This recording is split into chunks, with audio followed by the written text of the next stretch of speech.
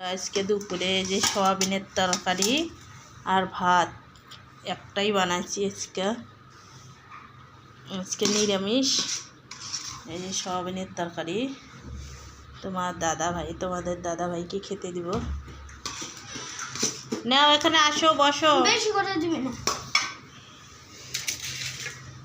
আমার ছেলেকেও খেতে দিব। কোথায় থেকে এসে শুয়ে পড়লো।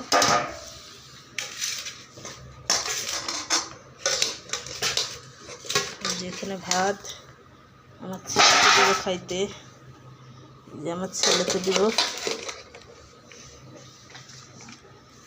বেশি করে দিবি না।